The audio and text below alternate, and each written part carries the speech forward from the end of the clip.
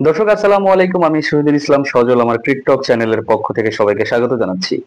যে যেখান থেকে আমার এই ভিডিওটা দেখতেছেন সবাইকে আন্তরিক শুভেচ্ছা এবং অভিনন্দন। আগামীকালকেই তো আসলে ফাইনাল চ্যাম্পিয়ন্স ট্রফির নিউজিল্যান্ড বনাম ভারতের মধ্যেকার। এখন এখানে একটা কথা আছে, লাস্ট টাইম যখন এই দুইটা টিম একসাথে ফাইনালে মুখোমুখি হয়েছিল সেটা ছিল আজকে থেকে সেই 25 বছর আগে, যখন ভারতীয় টিমের ক্যাপ্টেন ছিলেন সৌরভ গাঙ্গুলি, নিউজিল্যান্ড টিমের ক্যাপ্টেন ছিলেন স্টেফেন ফ্লেমিং। দুজনেই বাহাতি ব্যাটার, দুজনে দুই দলের সেরা সেরা ক্যাপ্টেন ছিলেন, লিজেন্ড। তো সেই সময় চ্যাম্পিয়ন্স ট্রফির ফাইনালে কে জিতেছিল? অনেকেই বলতে পারবেন, অনেকেই বলতে পারবেন না, আজকে থেকে 25 বছর আগের কথা তো।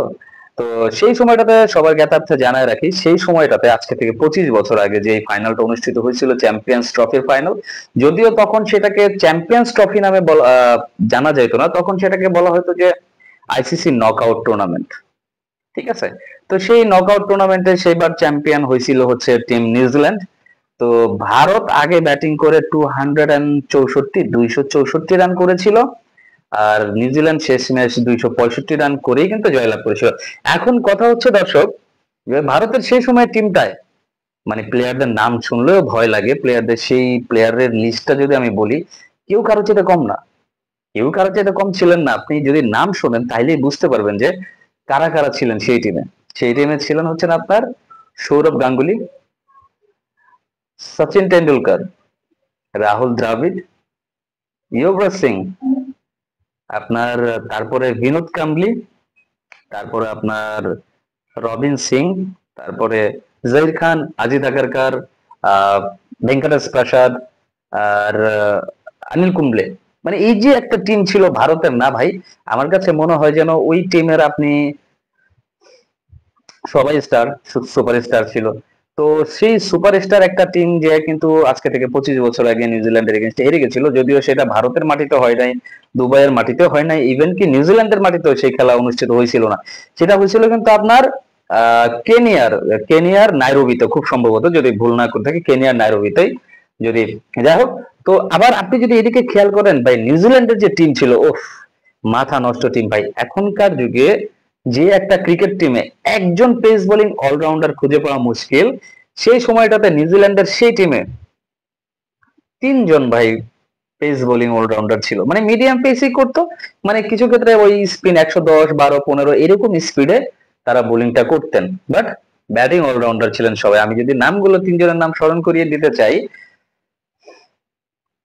ক্রিস কেয়ার্নস, ক্রিস কেয়ার্নস মানে আমরা যখন পুরোপুরি ভাবে ক্রিকেট খেলাটা বুঝতে শিখেছি, ক্রিকেট খেলার একটা ফ্যান্স হয়ে সারা দলের খেলাগুলো আসলে ফলো করছি, সেই সময়টাতে আসলে এই যে ক্রিস কেয়ার্নস বলেন, ক্রিস হ্যারিস বলেন, আহ তারপরে আপনার স্কট স্টাইরিস কিছুদিন আগেও খেলেছেন, মানে 6, 7, 8 বছর আগের কথা খেলেছেন। মানে এই যে প্লেয়ার গুলা ছিল না, তিনজন প্লেয়ারের নাম বললাম, ক্রিস কেয়ার্নস, তারপরে আপনার ক্রিস হ্যারিস, স্কট স্টাইরিস, এই যে তিনজন প্লেয়ার পার্টিকুলার, তারা কিন্তু বোলিংও করতেন সুন্দর, এবং ব্যাটিং এ ভাই খুব ভালো একটা সাপ্লাই দিতেন হচ্ছেন আপনার টিম নিউজিল্যান্ডকে। সেই টিমে কিন্তু শুধুমাত্র এরা যে ছিলেন তা না, সেখানে ছিলেন আপনার ন্যাথান এস্টেল, তখন থেকে দেখতাম মার্কাটারি ব্যাটিং করতেন ন্যাথান এস্টেল, তারপরে হচ্ছেন আপনার ম্যাকমিলান, তারপরে স্টেফেন ফ্লেমিং, তারপরে আপনার যাই হোক আরো হয়তো অনেকে ছিল, বাট আমার এই মুহূর্তে সবার নাম মনে আসতেছে না। এই কয়জন প্রসিদ্ধ প্লেয়ার ছিলেন, তাই এই কয়জনের নাম সঠিক মনে আসতেছে। তবে এই যে নিউজিল্যান্ড টিম ছিলেন, সেই সময় নিউজিল্যান্ড টিম সেই ম্যাচটাতে 265 টার্গেট করতে গিয়ে 2 বল হাতে বাকি রেখে কিন্তু ম্যাচটা জিতছে। তবে কার বদৌলতে জিতছে জানেন? সেইখানে ম্যাচটা কিন্তু জিতাইছিল ক্রিস কেয়ার্নস, উনি কিন্তু 102 রান করছিল। একজন অলরাউন্ডার ভারতের মতো একটা টিমের এগেনস্টে সেই 25 বছর আগে 102 রানের একটা অনবদ্য ইনিংস খেলে নিউজিল্যান্ড টিমকে প্রথমবার চ্যাম্পিয়ন্স ট্রফির মানে ট্রফিটা জেতায়।